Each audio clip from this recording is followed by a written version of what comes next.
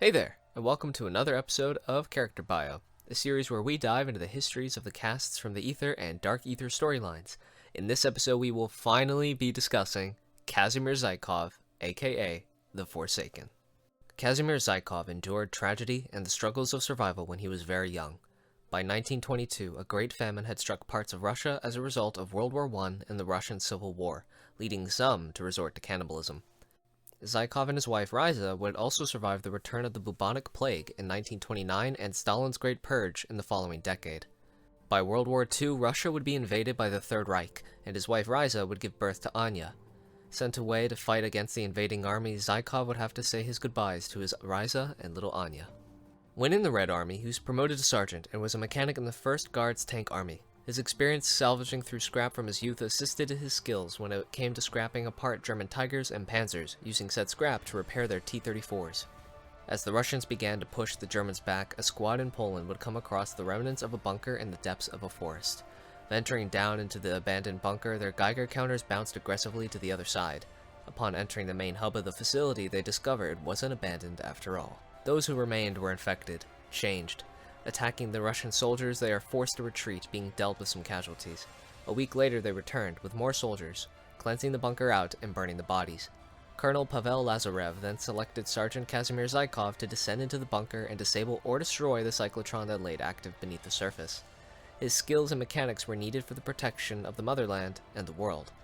Zykov, of course, agreed and trailed down to the depths below as the entrance was sealed behind him.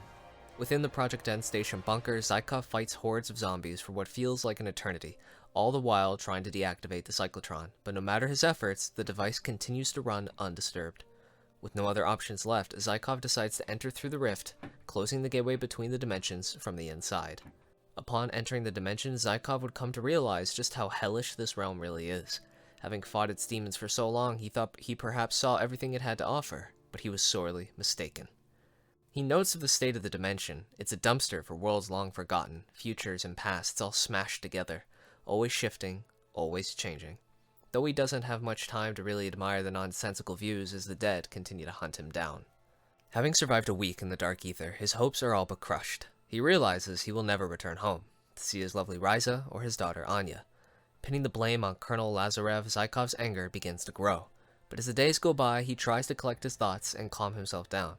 What's done is done, and if he hadn't sacrificed himself to close the gateway, then his family, his home, would be ravaged by the beasts within this dark dimension. While keeping track of how long he's been in the other dimension, Zykov also organizes a plan for his potential escape, or at the very least, a means to communicate with home. He begins to scavenge across the Dark Ether's wasteland for computer parts. In his travels, Zykov came across several survivors who were dragged into the Dark Ether via rifts between the dimensions. However, as to ensure his own survival, he never engaged or interacted with them. They never survived too long anyway. But when he witnessed a group of survivors under attack from a pack of plague hounds, he couldn't help himself. He rushed into the warehouse they were in and fought off the plague hounds. Unfortunately, all but one survived, but that lone survivor rushed back into the warehouse to rescue his dying friends, only to perish to the gas himself. His efforts were for nothing. Throughout his near 300th day of being in the Dark Ether, Zykov had been collecting supplies for his computer project, as well as a headquarters to reside in. And finally, it is complete. A place to call home. For once, he feels safe. He would arrange traps around his base, but with signs so that no other survivors wander into them and suffer a fate intended for the undead. A considerable amount of time later, Zykov has collected a fair amount of resources for his computer project, hopefully able to construct it in the coming days. And on the same day, he comes across what he dubs a weak spot. They provide him a glimpse into his home reality, hoping he can cross through, but it rejects him, keeping him in the Dark Ether. He continued to try anyway as the months passed by, and when he finally did breach through a weak spot, he only remained home for 15 seconds before the dimension dragged him back. Zykov found himself in several locations through his attempts, such as a jungle, a village, and a glacier. No one could hear him or see him. It was as though he was a ghost. In between attempts through weak spots, Zykov comes across a towering demon referred to as an Orda. He thought he had cataloged all the creatures that this dimension had to offer, but he was wrong. And in order to survive in a world with limited food, and having failed to produce any vegetation in his farms, he has resorted to consuming the creatures that would otherwise consume him. He then proceeds to attempt to travel through a weak spot once more, this time arriving in a military base. During his time there, he observed some soldiers operate a radio to further assist this understanding with them, and to hopefully find the same frequency so that he can try to communicate. Later in time, he would find himself in New York City, once again unseen by the populace. Now having spent 9 Earth years in the Dark Ether, the lower denizens of the realm have begun to distance themselves from Zykov's presence, focusing their efforts on the other survivors of the realm instead. Now, Zykov has caught the attention of higher forces in the dimension, posing a threat worthy of their attention. During one of his salvage runs, Zykov came across a wounded hellhound. Though he's slain his fair share in the past, he decides to try and nurse this one back to health. The hellhound seemingly appreciates his kindness as it pledges its loyalty to him, fighting alongside him in his hunts. The hellhound is aptly named Cinder.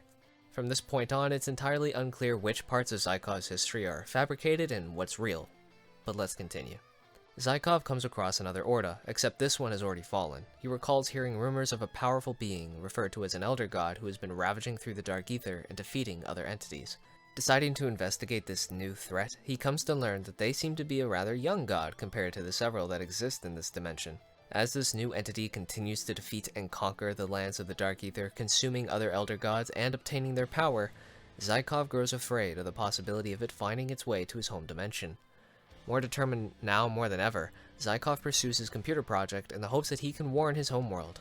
But as for the fate of the dimension he currently resides in, he shudders at the thought of what new world order this new god will impose. While scavenging for parts once more, Zykov comes across the Pack-a-Punch machine left in a place where an old one once resided, one who valued technology and science. He plans to bring the machine back to his base, and finds himself being stalked. Before he could react, the entity that's been hunting down the gods, known as the Forsaken, grabs the creature and tears into its flesh. Zykov narrowly escapes, machine in hand. Using a telescope, Zykov witnesses large crowds forming around the Forsaken, loyal followers to its twisted cause. The Forsaken sends its followers to find survivors to bring into its legion, and those who refuse are dragged to the new god and devoured. Zykov has come across several of these followers already who have attempted to get him to join, but he's refused. With their increasing numbers, he considers moving his fort elsewhere and hopes to prevent any unwanted attention. And once again in his travels, Zykov comes across the remnants of unknown devices, this time being beverage machines. Worn down and broken, he brings them back to his fort where he repairs them. Unsure if he should even trust them, he drinks one anyway, and discovers it provides him with unique abilities or enhancements. He'd later come across more of the broken beverage machines, but is unable to properly restore them. It's possible this is when he created the Wunderfizz machine. As I mentioned earlier, there will be things that are hard to discern from fiction and reality. This next one is one of them. Zykov comes across the remnants of the Pack-a-Punch machine, bringing it back to his base where, like with the perk machines, he repairs it. The forge etched into the device's front. With the perk machines and Pack-a-Punch in working order, a survivor who goes by the name of Trader approaches Zykov's base. Zykov proudly informs him of his discoveries. Unfortunately for him, the Trader and his followers would ambush Zykov's base. In the crossfire, Cinder is killed, causing him to explode, and Zykov's base is destroyed in the process, with the exception of his computer. His repaired machines were swiftly stolen. With everything gone, Zykov pursues the Trader, but with peaceful intent. Approaching their base, he offers a truce, an alliance, that the machines can be beneficial to both of their survival. In response, they laugh. With no other options left, Zykov kills the Trader and his men. They didn't even manage a scratch against him. He feels guilty for his actions, but he knew this was going to be the outcome regardless. With a week passing since he's killed those men, his mind still ponders over it. It was easy. Too easy. They stood no chance. It was 5 against 1, and he came out on top, unscathed. Zykov's humanity slipping away. Having no other choice, Zykov puts his entire focus on his computer project now that he's lost everything. One huge leap later, Zykov has finally completed it. He begins to transmit his diary entries into the device and have them appear in his home reality. He would travel through a weak spot and finds the computer successfully transmitting his entries. With hope restored, Zykov starts to believe he will return home. Except we're missing something. His transformation. At some point across 40 Earth years, when in reality it was 400 years for Zykov, he would lose himself, his skin would change, he'd obtain new abilities, and over time he would become known as the Forsaken, a god in this twisted realm that could consume other beings of higher power and steal their abilities.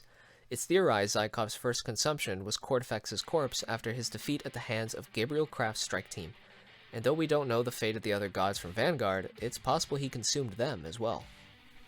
With this newfound power, Zykov, or rather, the Forsaken, enforced his reign over the dimension. Those who feared him worshipped him, and those who resisted were only additions to his power. During his time in the Dark Ether, he would watch humanity continue to wage wars and destroy themselves. All those countless sacrifices in World War II were all for nothing. The conflict meant nothing. Humanity learned nothing. If all humanity could do was instill chaos, then he would instill order.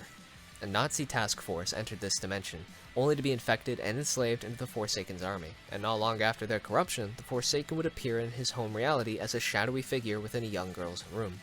A young girl named Angelica Vogel, or Alexandra Valentina. For years he would manipulate her, shifting his voice to sound like Dr. Ulrich Vogel, her father, coaxing her to pursue the same path her father did.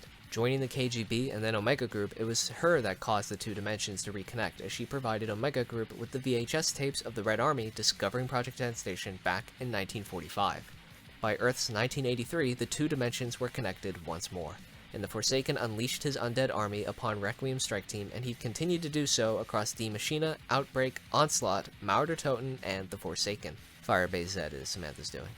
While Requiem and Omega Group had their petty arms race, Forsaken continued manipulating both sides through his computer communications, talking with Requiem Strike Team as well as Gregory Weaver, while on the other side he was manipulating Dr. Peck by fueling his ego. Years of planning finally coming to fruition, Dr. Valentina entered the Dark Ether in Endstation's facility located beneath Berlin. The Forsaken continued his illusion of being her father, providing her an enhanced new crystalline form. Obeying her father's orders, she unleashes Endstation's undead remains in Berlin, where Omega Group captured Requiem Strike Team manages to stop her, with the assistance of Requiem's very own robotic operating buddy named Klaus. They close the rift and prevent the Forsaken from escaping the Dark Ether, although it wasn't a permanent solution. With his plans halted, he'd only continue his communications with Requiem and Dr. Peck, neither aware of his true form, as well as two others disconnected from the two parties. But before we get into those two individuals, just a quick mention that, together with Dr. Peck, they created the LT-53 Kazimir, their designs taken from Peck's ether reactors stationed around Outpost 25. The intent of its creation was to earn Peck's trust. Now, on to the two individuals. Starting with Erich Jaworski, who was stationed in a Berlin satellite station constructed above an unfinished Nazi facility. In March of '85, they'd begin to receive a signal from beneath the surface, but it was complete gibberish. Intentional gibberish. By the time our Requiem Strike Team dealt with the outbreak that occurred at the facility, they were able to decipher the signal. It was a message from Erich's wife, calling out for help from the Dark Ether. They determined that the voice was simply a manipulation by the Forsaken, trying to lead Erich in with someone he knew. Erich was safe, thankfully. However, his wife was nowhere to be found. The other victim of the Forsaken's manipulation was Viktor Krupin, a member of the KGB stationed in Algeria. He reached out to Gorev, as they were friends during their Special Forces training back in 1972. He informed him that during a drill site inspection, a loud crack echoed out, and upon investigating the source of the sound, he saw his men all infected and rotten. And amongst the turned, he saw a man dressed in a red army sergeant's uniform. It waved and invited him to follow. Unlike Erich, Victor did succumb to the Forsaken's manipulation. He followed him through the rift, never to be seen again. Eventually, Requiem did come to learn of Zykov's communications with Omega Group, losing trust in him.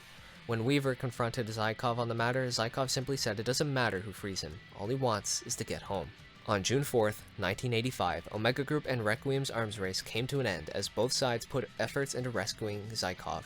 Requiem arrived at the Zakarpatska Oblast, but too little, too late.